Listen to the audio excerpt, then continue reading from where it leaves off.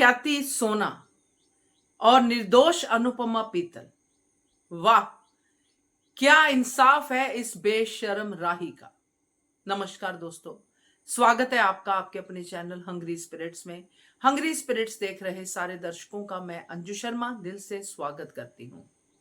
राही का इंसाफ देखकर आज तो सच में दिल किया कि ये कभी किसी की बेटी नहीं हो सकती है।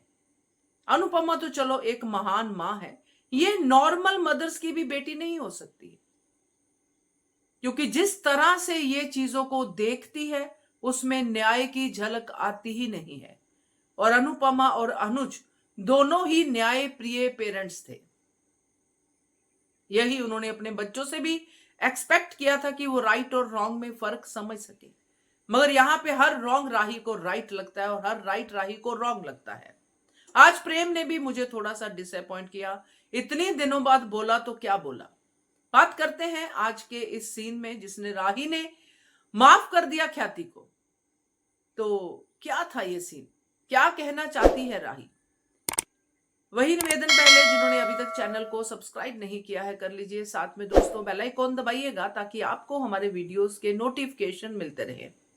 आज मैं ये बात गारंटी के साथ कह सकती हूं कि चाहे 7 साल की राही होती, चाहे 13 साल की राही होती, राही की जगह पे कोई और बच्चा होता इसी उम्र का, उसको भी आज समझ में आता कि हादसे क्या होते हैं और जानबूझ के की हुई गलतियां क्या होती हैं। ये तो मैरिड लड़की है, ये तो घर घर खेलने वाली लड़की है कि मेरा घर सुरक्षित, मेरी मां सुरक्षित, ये वाली लड़की है। तो एक्चुअली मैं अगर इस बात को इस तरह से सोचूं तो राही को असली घर तो अब मिला है। उसने ना तो अनुज का घर अपना घर समझा, ना ही अनुज अनुपमा का घर अपना घर समझा। जो घर इसके हिसाब से चले वो इसका घर। आज इसी घर में अगर इसको इंपॉर्टेंस ना मिले तो ये भी घर उसका नहीं होगा, मगर फिर भी इस घर को अपना घर समझने लग गई है, क्योंकि इसको ये पदवी यहां पे मिली है कि इस घर की बड़ी बहू है ये।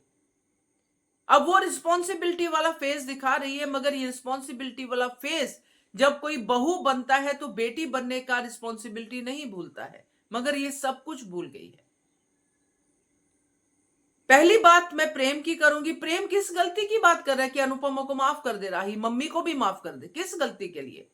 इसने तो मुझे आज अनुज की याद दिला दी। अनुज भी अनुपमा को उन 5 साल के गैप के बाद मिलने के बाद यही कहता रहा कि चलो वो गलती हो गई, कोई बात नहीं, ऐसे कहता रहा। आज प्रेम भी वही भाषा बोल रहा है। अगर अनुपमा ने कोई गलती की है तुम्हारे हिसाब से, तो तुम क्यों अनुपमा को यह बात कह के आए कि वो हादसा था, मेरे से गलती हुई, मैंने आपको गलत समझा, क्यों कह के आए भाई। इसका मतलब तुम साफ बात नहीं करते हो।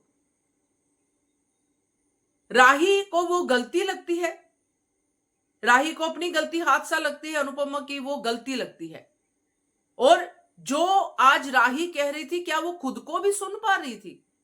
क्या ये डायलॉग सुन पा रहे हैं खुद ही? कि एक डायलॉग पहले आप ये बोलते हो जो कि राही कहते कि मम्मी मर सकती थी, मम्मी की आंखें जा सकती थी, मम्मी के साथ कुछ भी हो सकता था, और दूसरे ही पल कहते हो कि सोने पे धूल जम जाती है तो धूल साफ की जाती है। तो मम्मी मर सकती थी, मम्मी पे कुछ भी हो सकता था, तो ये बात उसने जानबूझ के की है बदला लेने के लिए। मगर अनुपमा को आर्यन से क्या बदला लेना था भाई? ये किस तरफ जा रहा है इसका किरदार।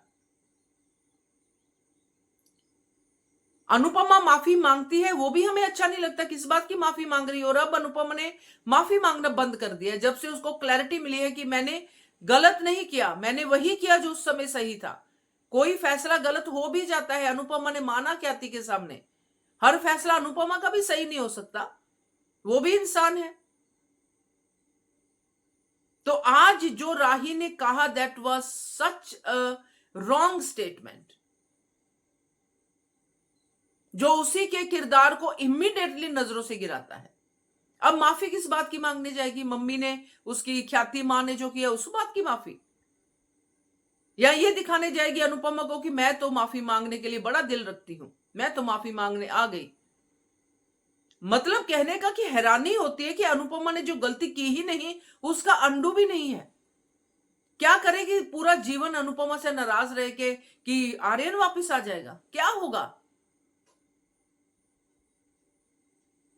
मतलब आज प्रेम का तो जो था सो था राही का एकदम बकवास।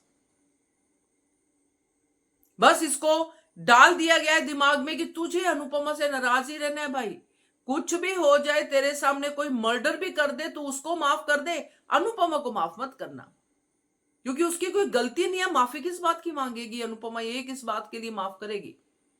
गलती होगी तो ही माफी होगी ना, हादसों की माफी नहीं होती है।